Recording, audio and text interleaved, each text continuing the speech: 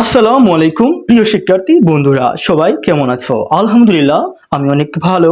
আশা করছি আপনারাও অনেক ভালো আছেন। আজকের লেসনে আমরা শিখতে যাচ্ছি নতুন একটি topic, that is very very important to all of you.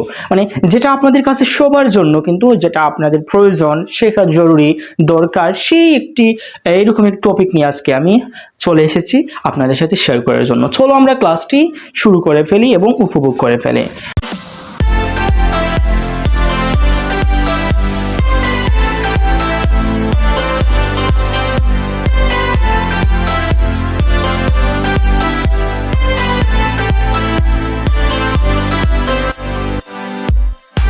আজকের লেসনে আমরা শিখতে যাচ্ছি আপনি কিভাবে গেটিং, বিকামিং এবং বিইং এর ব্যবহার করবেন। আমার কাছে মনে হয় আপনি অনেককেই বলে থাকেন যে, বা অনেক সময় এই কথাটি বলে থাকেন যে তারা খারাপ হচ্ছে, তারা খারাপ হচ্ছে। তাহলে এই যে একটা কথা বললেন আপনি, তারা খারাপ হচ্ছে, তাহলে এই কথাটা আপনি কিভাবে ইংরেজিতে বলবেন? আমরা অনেকেই কিন্তু এই ভার্বটি শিখে ফেলেছি যে হোয়ার ইংলিশ, হোয়া, এই যে একটি ওয়ার্ড রয়েছে, এই হোয়ার ওয়ার্ডটি কিভাবে আমরা ইংরেজিতে ওইটাকে বলবো সেটা আমরা অনেকেই জানি যে বিকাম অর্থ হচ্ছে গিয়ে হওয়া, গেট অর্থ হচ্ছে গিয়ে আমরা অনেকেই জানি যে পাওয়া। আবার কিন্তু আমরা ওই গেটটাকে আমরা যে কোনো সময় ব্যবহার করতে পারি। তারপর হচ্ছে গিয়ে বি, বিইবি, ওই যে একটি ভার্ব রয়েছে ওইটাকে আমরা কিন্তু অর্থ হিসাবে হওয়া হিসেবে আখ্যায়িত করে থাকি। তাহলে এখানে দেখো যে আমি এখানে লিখে রেখেছি গেটিং, বিকামিং, বিং। এখানে আমি একটি স্ট্রাকচার লিখে রেখেছি, দেখো সাবজেক্ট প্লাস বি ভার্ব। আমরা প্রথমে কি ইউজ করব? আমি একটা কথা বলে দিই যে আপনি কিন্তু এই যে বিকামিং, তারপর হচ্ছে গেটিং, তারপর হচ্ছে এখানে আমি লিখে রেখেছিলাম বিং, এই তিনটি কিন্তু আপনি ওয়ার্ড কিভাবে ইউজ করবেন? যে কোনো কিছু চলমান কন্টিনিউয়াস টাইপের যদি কোনো একটি ঘটনা ঘটে, তাহলে কিন্তু আপনি ওই তিনটি ওয়ার্ড ইউজ করতে পারেন। কিভাবে? একটি ওই যে কন্টিনিউয়াস, প্রেজেন্ট কন্টিনিউয়াস এর মতো করে, ঠিক আছে? যে প্রেজেন্ট কন্টিনিউয়াস টেন্সের মতো করে আপনি এগুলোকে ব্যবহার করতে পারেন। আমরা অনেকেই কিন্তু এই যে প্রেজেন্ট কন্টিনিউয়াস টেন্সের সাথে হেল্পিং ভার্ব হিসাবে বি ভার্ব হিসেবে আমরা এম ইজ আর ব্যবহার করে থাকি। তাহলে এখানেও আমরা ঠিক সেইভাবে আমরা ব্যবহার করতে পারি যে বি ভার্ব। কি ভার্ব? Be verb. আমরা হয়তো এটাকে পাস্টেও নিতে পারি, পাস্ট কন্টিনিউয়াসও নিতে পারি, আবার আমরা প্রেজেন্ট কন্টিনিউয়াসও নিতে পারি। তাহলে আমি যদি প্রেজেন্ট কন্টিনিউয়াস দিয়ে একটি বাক্য তৈরি করি তাহলে সেটা কিরকম হতে পারে? দেখো এখানে প্রথমে আমি একটি স্ট্রাকচারটা অ্যাপ্লাই করে দেখি যে এই যে স্ট্রাকচার আমি লিখে রেখেছি সেটা যদি আমি অ্যাপ্লাই করি তাহলে দেখো কিরকম আসে।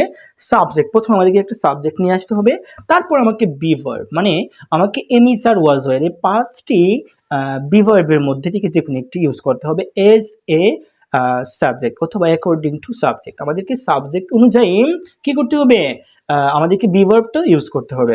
তারপর এখানে আমি ওই যে আমরা বলেছিলাম যে আমরা প্রেজেন্ট কন্টিনিউয়াসের পর ভি ওয়ানের সাথে আইএনজি যোগ করি। তাহলে দেখো একটু চিন্তা করো যে এখানে গেট, এটা কিন্তু হচ্ছে গিয়ে ভি ওয়ান, তারপর বিকাম, হ্যাঁ বিকামটা হচ্ছে গিয়ে ভি ওয়ান, তারপর এখানে কি বি, এগুলো হচ্ছে গিয়ে কি এখানে হচ্ছে গিয়ে ভি ওয়ান, ভি ওয়ান, প্রত্যেকটা কিন্তু ভি ওয়ানের সাথে সরাসরি আইএনজি যোগ করা হয়েছে।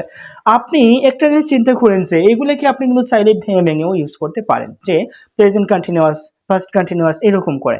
তাহলে এখানে আমাকে কিন্তু আমি যে কথাগুলো বলতেছি এগুলো আমি কোন এক্সপ্রেশনে বলতেছি? আমি কি প্রেজেন্ট কন্টিনিউয়াসে বলতেছি নাকি আমি পাস্ট কন্টিনিউয়াসে বলছি? আপনাকে এইটা একটু মাথায় রেখে কিন্তু এইগুলাকে ইউজ করতে হবে, তা না হলে কিন্তু আপনার যে একটা সেন্টেন্সের সৌন্দর্য কমে যেতে পারে।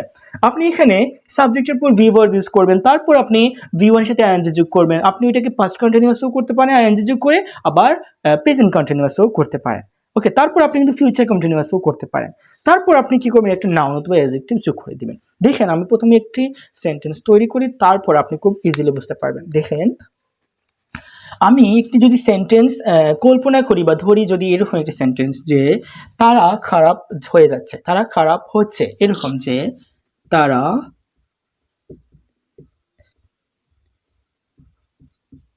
খারাপ। দেখো এখানে আমি একটি সেন্টেন্স লিখে ফেলেছি যে তারা খারাপ হচ্ছে, তার মানে কি? এখানে এই যে সেন্টেন্স বা বাক্য দ্বারা কিন্তু চলমান কোনো কিছু বোঝাচ্ছে, আমি অনায়াসে বুঝতে পারি বা বলতে পারি যে এটা হচ্ছে প্রেজেন্ট কন্টিনিউয়াস টেন্স, আর আমি প্রেজেন্ট কন্টিনিউয়াস টেন্স অনুযায়ী কিন্তু এটাকে ট্রান্সলেট করব। তাহলে দেখো এখানে আমি প্রথমে সাবজেক্ট যদি নিয়ে আসি, এই যে এটা হচ্ছে আমার সাবজেক্ট, তাহলে আমি এখানে সাবজেক্ট নিয়ে আসলাম হচ্ছে কি দে ওকে, দে মানে তারার ইংলিশ হচ্ছে আমার দে, তারপর আমি এখানে বি ভার্ব ইউজ করবো, দে আর কি ইউজ করবো আমি এখানে, দেয়া। যেহেতু আমি এখানে লিখেছি যে তারা খারাপ হচ্ছে, যদি আমি এরকম বলতাম যে তারা খারাপ হচ্ছিল, তাহলে কিন্তু আমি এখানে দে ওয়ারও দিতে পারতাম। ওকে, তাহলে এখানে আমি দে আর দিলাম, তারপর হচ্ছে আমার এখানে গেটিং, আমি এখানে তিনটির মধ্য থেকে যে কোনো একটি ভার্ব ইউজ করতে পারি, হয় আমি বিকামিং ইউজ করব, গেটিং অথবা বিং। আমার কাছে পার্সোনালি মনে হয় আমি যদি গেটিংটা ইউজ করি তাহলে অনেকটা স্ট্যান্ডার্ড হয়ে যায়, কারণ গেট এবং গেটিং ওই যে একটা ভার্ব আছে ওইটা কিন্তু বেশিরভাগ সময় স্ট্যান্ডার্ড যে স্পোকেন ইংলিশ আছে সেখানে ইউজ করা হয়। তাহলে আমি এখানে গেটিং দিলে কিন্তু অনেকটা সুন্দর হয়ে যায় বাক্যটি। তাহলে দে are getting, they are getting, তারপর কি আমি এখানে দিব নাউন অথবা অ্যাডজেক্টিভ। তাহলে দে আর গেটিং, অ্যাডজেক্টিভ মানে কি দুষ্গুণ, আমার এখানে এই যে এখানে নাউন বা প্রোনাউন যাই থাকবে সাবজেক্ট ওইটার কিন্তু আমাকে ভালো খারাপ সব কিছুই কিন্তু বলতে হবে। তাহলে আমি এখানে জাস্ট এই যে এখানে আমি একটা ট্রান্সলেট করছি এতটুকু হচ্ছে কি তারা হচ্ছে, তারা হচ্ছে কি হচ্ছে, এখানে আমরা দিতে পারি যে তারা মানে খারাপ হচ্ছে এরকম কিছু। আমি এখানে অ্যাডজেক্টিভ দিব ওই যে ওইটা ব্যাড, কি দিব আমি এখানে ব্যাড। নিশ্চয় বুঝতে পেরেছেন আপনারা যে আপনি কিভাবে বাক্যগুলো তৈরি করবেন। তাহলে দেখো আপনি যদি এটাকে পাস্ট কন্টিনিউয়াস নিয়ে যান তাহলে ওইটা কীরকম হতে পারে। দেখো এখানে যে আপনি যদি ওইটাকে পাস্ট কন্টিনিউয়াস করি যে তারা খারাপ হচ্ছিল, তাহলে আপনি দিবেন যে দে ওয়ার গেটিং বেড। এখানে তো সিম্পল, মানে কোনো চেঞ্জই নাই, জাস্ট আপনি হেল্পিং ভার্বটা যদি একটু চেঞ্জ করে ফেলেন পাস্টে নিয়ে আসেন তাহলে কিন্তু এটা খুব ইজিলি হয়ে যায় আপনার পাস্ট কন্টিনিউয়াস। এখানে আমি দুটি দেখালাম, আপনারা চাই তারা খারাপ হয়ে যেতে থাকবে, আপনি এইভাবেও বলতে পারেন যে এটা যদি ফিউচার কন্টিনিউয়াসে বলেন তাহলে এটা কী হবে যে তারা খারাপ হয়ে যেতে বা হতে থাকবে, এরকম যে দে উইল বি, কী হবে এটা they will be getting bad, তারা খারাপ হতে থাকবে। আপনি এটা ফিউচার কন্টিনিউয়াসও বলতে পারেন। আমার কাছে মনে হয় যারা টেন্স বুঝো তারা কিন্তু এই যে এখানে আমি তিনটি লিখলাম গেটিং বিকামিং বিং, এগুলোর অ্যাপ্লাই আপনি খুব ভালোভাবে বুঝতে পারবেন। আর যারা টেন্সে একটু সমস্যা রয়েছে তারা আমার কাছে মানে আপনার টেন্সের ক্লাসগুলো দেখেন, আমি টেন্সের ক্লাসগুলো দিয়ে দিয়েছি অলরেডি আমাদের ফেসবুক পেজে এবং ইউটিউব চ্যানেলে। আপনারা আমাদের অরাটরি একাডেমিতে ভিজিট করেন, অনেকগুলো ক্লাস পেয়ে যাবেন স্পোকেন ইংলিশে। তারপর আপনি কমেন্ট করতে পারেন আমাদেরকে যে কোন ক্লাসটি আপনার প্রয়োজন, আমরা সেই অনুযায়ী আপনাদের কমেন্টসকে রেসপেক্ট করে আমরা কি করব ভিডিও তৈরি করবো আপনাদের জন্য। দেখেন এখানে আমি যদি এখন ওইটাকে একটু চেঞ্জ করে নিয়ে আসি, যে এইভাবে আমি সাবজেক্ট চেঞ্জ করি তাহলে আরেকটু, যদি এখানে সাবজেক্টগুলোকে চেঞ্জ করে নেই তাহলে কিন্তু আমাদের এটা সৌন্দর্য আরেকটু বৃদ্ধি পাবে। দেখো এখানে আমি এখানে প্রথমে লিখেছিলাম যে দে, আমি এখানে একটু লিখি যে হি, কি লিখি সাবজেক্ট হি ইজ, ওকে দেখো হি ইজ, তিনি অসৎ হচ্ছেন, তিনি অসৎ হচ্ছেন। তাহলে আমরা এটাকে এরকম বলতে পারি যে হি ইজ গেটিং ডিসঅনেস্ট, কি হবে এটা হি ইজ গেটিং ডিসঅনেস্ট। আপনারা নিশ্চয়ই বুঝতে পেরেছেন যে কিভাবে আপনি ওইটাকে অ্যাপ্লাই করবেন। তাহলে আমি যদি এইটাকে একটু চেঞ্জ করে নেই তাহলে আরেকটু ভেরিয়েশন চলে আসবে আমাদের সেন্টেন্সের মধ্যে। ইউ আর তারপর কি বিকামিং, আমি কি দিব এখানে বিকামিং ওর বিইং দিয়ে দিই এখানে বিইং। তাহলে ইউ আর বিইং কি হবে যে তুমি হচ্ছ, কি হচ্ছ ভালো বা মনোযোগী, অ্যাটেনটিভ, কি হবে অ্যাটেনটিভ। অর গুড, আমরা এখানে গুড দিতে পারি গুড, যে তুমি ভালো হচ্ছ অথবা তুমি মনোযোগী হচ্ছ। আপনারা কি বুঝতে পারতেছেন যে কিভাবে এগুলাকে আপনি অ্যাপ্লাই করবেন এবং খুব সুন্দরভাবে বাক্য তৈরি করবেন। চলো আমরা একটু এখানে একটু প্র্যাকটিস করে ফেলি ভিন্ন ধরনের বাক্য তৈরি করে। দেখো এখানে আমি কি লিখেছিলাম যে হি ইজ গেটিং ডিসঅনেস্ট, তিনি অসৎ হচ্ছেন বা হয়ে যাচ্ছে এরকম কিছু। ইউ আর বিইং অ্যাটেনটিভ, তুমি মনোযোগী হচ্ছ।